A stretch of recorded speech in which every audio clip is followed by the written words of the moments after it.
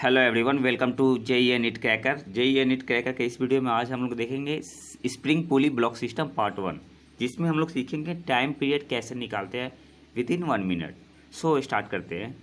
तो हम जानते हैं कि स्प्रिंग पुली ब्लॉक सिस्टम में टाइम पीरियड जो निकालते हैं उसके लिए स्पेशली 2 फार्मूला होता है। एक होता है 2π√m/k और दूसरा क्या होता है 2π√m + I/r²/k। ये कब होता है? जब स्प्रिंग ब्लॉक सिस्टम हो। जब स्प्रिंग ब्लॉक सिस्टम हो तो टाइम पीरियड क्या होता है 2π√m/k, और जब स्प्रिंग पुली ब्लॉक सिस्टम हो तो क्या होता है 2π√m + I/r²/k। और m क्या है? मास ऑफ ब्लॉक है। जो ब्लॉक लगा होता है ना वो इसका मास है।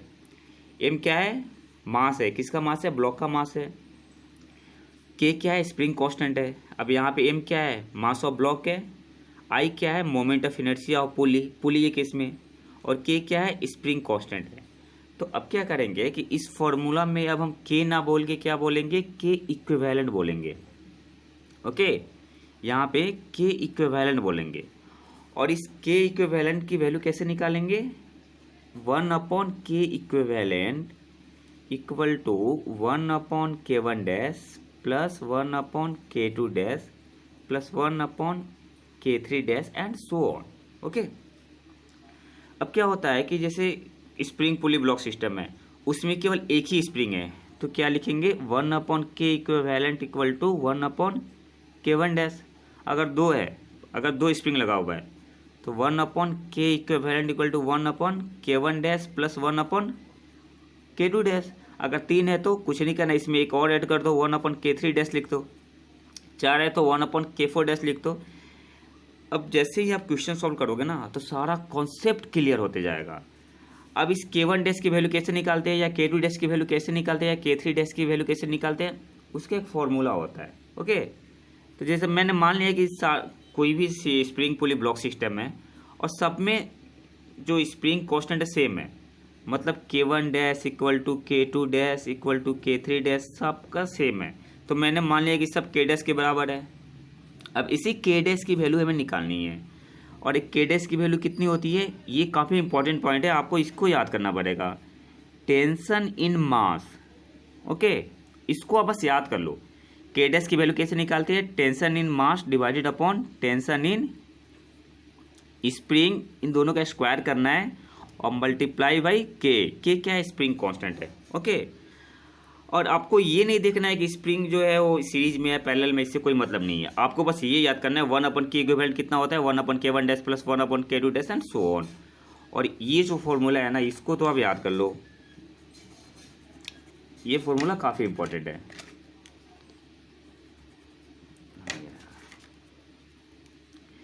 इसको आप नोट कर लो, ये काफ़ी काम में आएगा आगे।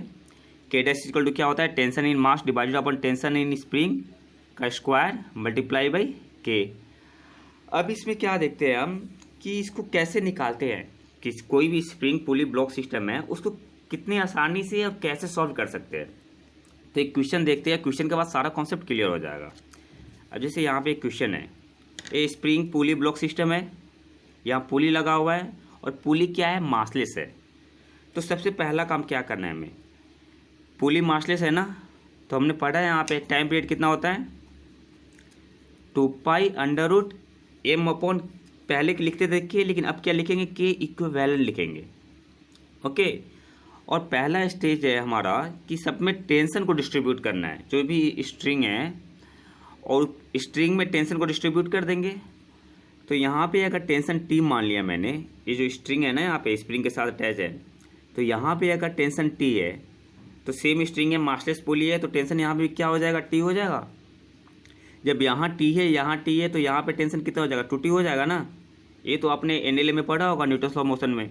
यहाँ टेंशन T है यहाँ टेंशन T है तो यहाँ टेंशन 2T हो जाएगा। और जब इस स्प्रिंग में 2T टेंशन आ गया तो स्प्रिंग जहाँ तक जाएगा टेंशन कितना ही रहेगा? 2T होगा, क्योंकि मासलेस पुली है। तो यहाँ 2T है तो यहाँ पे 2T होगा। जब यहाँ 2T है यहाँ 2T है तो इस ब्लॉक पे टेंशन कितना हो जाएगा? 40 हो जाएगा ना। 2T + 2T 40 हो जाएगा। तो यहाँ पे टेंशन कितना हो गया हमारा? 40 हो गया। तो इस ब्लॉक पे जो मास है इस पे टेंशन कितना है, 2T हो गया। अब हमने टेंशन को डिस्ट्रीब्यूट कर दिया। अब हमें क्या निकालना है, की इक्विवेलेंट की वैल्यू। तो यहाँ पे स्प्रिंग कितना है, एक ही है ना। तो मैंने क्या बताया था, 1/K इक्विवेलेंट इक्वल टू कितना हो जाएगा, 1/K1 डैश। और K1 डैश का फॉर्मूला क्या बताया था मैंने, tension in mass divided upon tension in spring का होल स्क्वायर मल्टीप्लाई बाई के। कि क्या है वहाँ पे स्प्रिंग कांस्टेंट की जो वैल्यू दी हुई होगी। अब क्या करते हैं, यहाँ पे मास में टेंशन कितना है, मास यहाँ है ना, ये जो ब्लॉक यहाँ पे है, मास में टेंशन कितना है, 40 है। तो क्या लिखेंगे, 40 लिख लेंगे यहाँ पे। अब देखते हैं स्प्रिंग में टेंशन कितना है, स्प्रिंग यहाँ पे है, स्प्रिंग में टेंशन T है ना, तो यहाँ पे T लिख लेंगे, इसका स्क्वायर करेंगे और किससे मल्टीप्लाई करेंगे, जो स्प्रिंग कांस्टेंट है। यहाँ पे स्प्रिंग कांस्टेंट K दिया हुआ है, K से मल्टीप्लाई कर लिया हमने। अब क्या हुआ, T से T कैंसिल हो गया, K1 डैश की वैल्यू कितनी आ गई, 4 स्क्वायर 16 की वैल्यू आ गई। अब हमें क्या निकालना है, K इक्विवेलेंट निकालना है, तभी तो वैल्यू पुट करेंगे यहाँ पे। तो यहाँ पे पुट करेंगे ना K1 डैश की वैल्यू, तो क्या आ जाएगा, 1/K equivalent equal to 1/K1 dash की वैल्यू कितनी आई थी, 16 की आई थी। तो यहाँ से K इक्विवेलेंट की वैल्यू कितनी आ गई, 16K। ठीक है, अब इस K इक्विवेलेंट की वैल्यू को यहाँ पुट कर देंगे। तो हमारा टाइम पीरियड कितना आ गया, टाइम पीरियड हमारा आ गया m/16K। ये क्या हो गया, हमारा आंसर हो गया। ये टाइम इसलिए लग रहा है ना कि मैं आपको समझा रहा हूँ। जब एक बार समझ के आप खुद से करोगे ना, तो 1 मिनट के अंदर आसानी से किसी भी टाइप का क्वेश्चन, इस टाइप में स्प्रिंग पुली ब्लॉक सिस्टम का कोई भी क्वेश्चन आप 1 मिनट के अंदर सॉल्व कर लोगे। ओके, तो हमारा आंसर क्या हो गया, 2π√m/16K। अब देखते हैं दूसरा क्वेश्चन।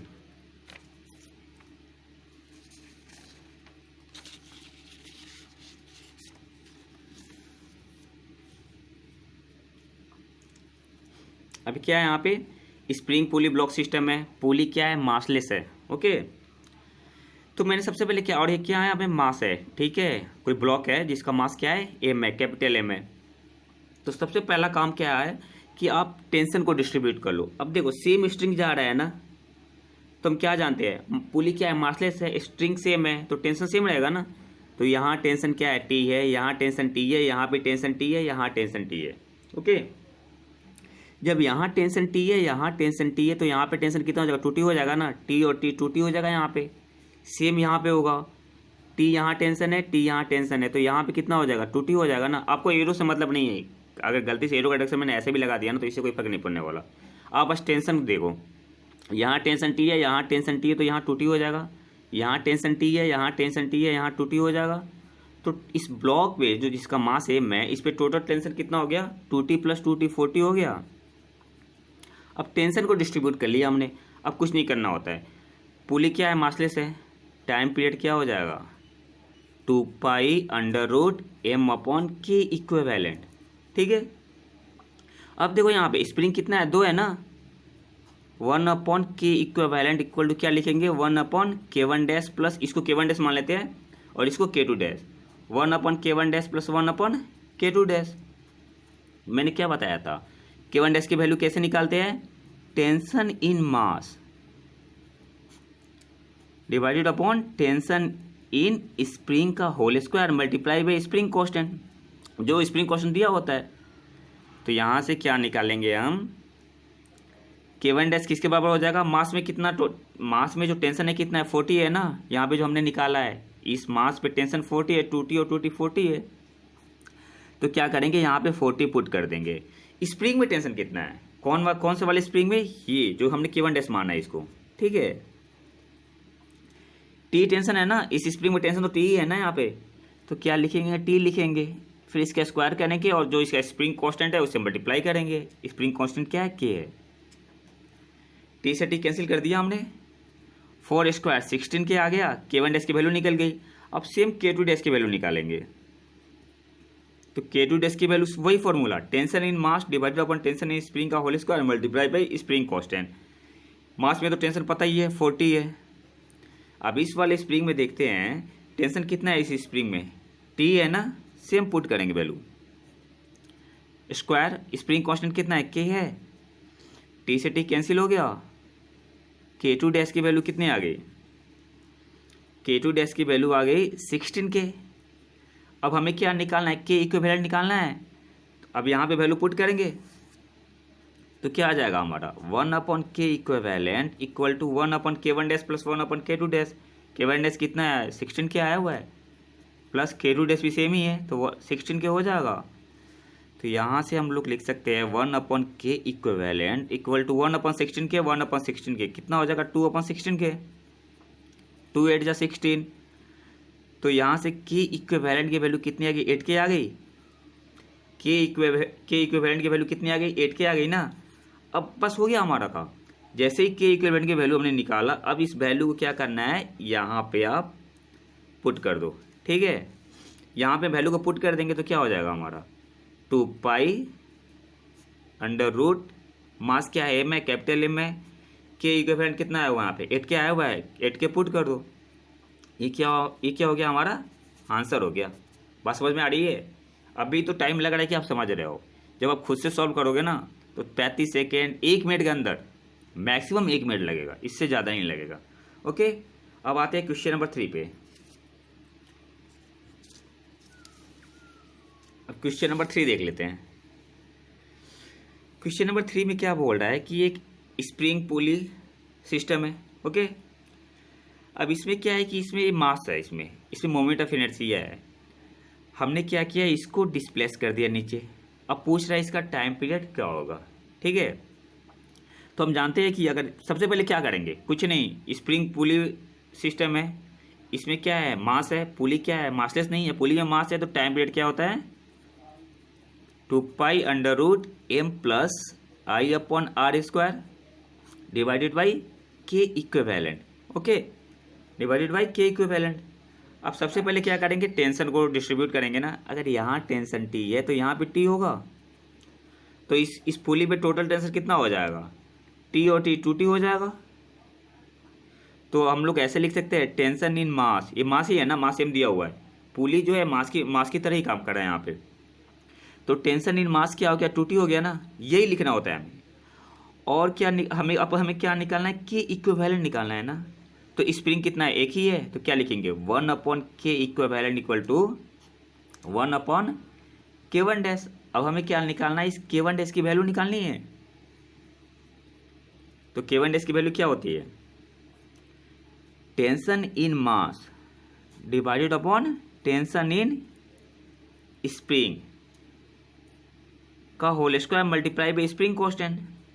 मास में टेंशन कितना है 2T है ना, वैल्यू पुट करेंगे यहाँ पे 2T। स्प्रिंग में टेंशन कितना है T है, T को पुट किया हमने यहाँ पे, इसको स्क्वायर किया, स्प्रिंग कांस्टेंट क्या है K से मल्टीप्लाई किया, T से T कैंसिल हुआ, 2 स्क्वायर कितना हो जाएगा 4 हो जाएगा ना। तो K1 डैश की वैल्यू कितनी आ गई 4K।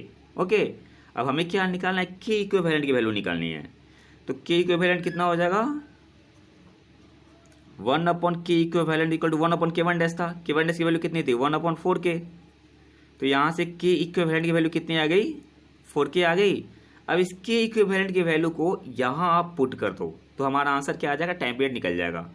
तो क्या हो जाएगा 2π, मास ऑफ ब्लॉक कितना है m है, moment of inertia I given है, डिवाइडेड अपॉन r², और K इक्विवेलेंट की वैल्यू कितनी आ गई 4K आई है ना। तो 4K यहाँ पे आप सिंपली पुट कर दो तो हमारा आंसर क्या हो जाएगा 2π√m प्लस I/r²/4K।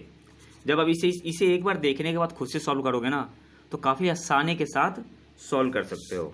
ओके, तो ये था हमारा स्प्रिंग पुली ब्लॉक सिस्टम का पार्ट 1। अगर वीडियो पसंद आए तो लाइक करें और चैनल को सब्सक्राइब जरूर कर ले। मिलते हैं नए वीडियो में नए टॉपिक के साथ, तब तक के लिए नमस्कार, जय हिंद।